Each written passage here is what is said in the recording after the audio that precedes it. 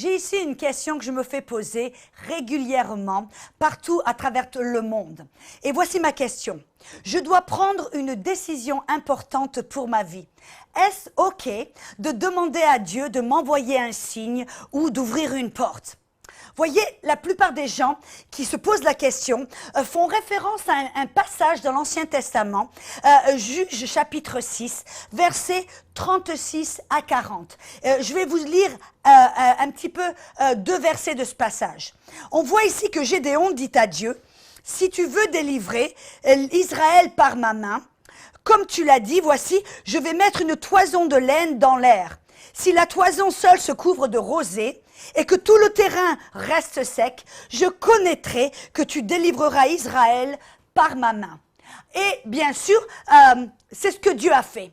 On voit que quand Gédéon s'est levé le lendemain matin, la toison était couverte de rosée et tout le terrain autour était complètement sec.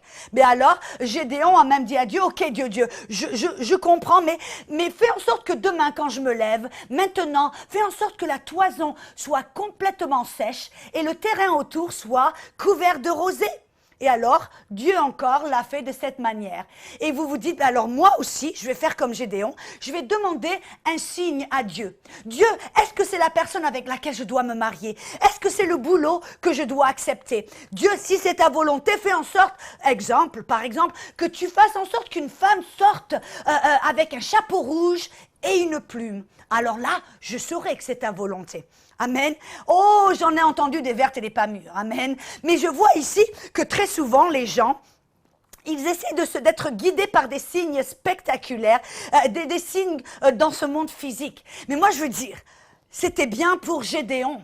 Parce que vous voyez, dans l'Ancien Testament, c'était simplement les sacerdotes et les rois et les prophètes qui avaient reçu l'Esprit Saint sur eux et ils pouvaient communiquer avec Dieu directement.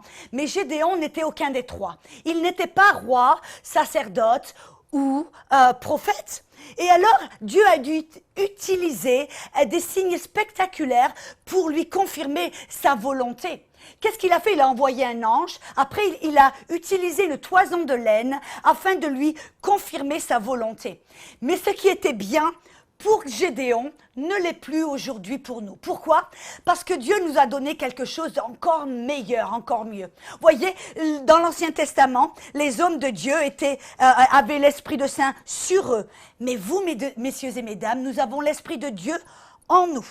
Romains 8, 14 dit « Ceux qui sont les fils de Dieu sont guidés par le Saint-Esprit. » L'Esprit de Dieu qui est venu pour demeurer en nous éternellement. Amen. Et voyez, pourquoi est-ce que c'est dangereux pour nous aujourd'hui d'essayer de demander un signe ou d'être guidé par une porte ouverte? Parce que la Bible nous dit dans 2 Corinthiens 4, 4 que le diable est le Dieu avec un petit d et le Dieu de ce monde. Qu'est-ce que ça veut dire? Ça veut dire que le diable a la puissance de pouvoir influencer les gens dans ce monde. Il peut bouger les choses, faire sa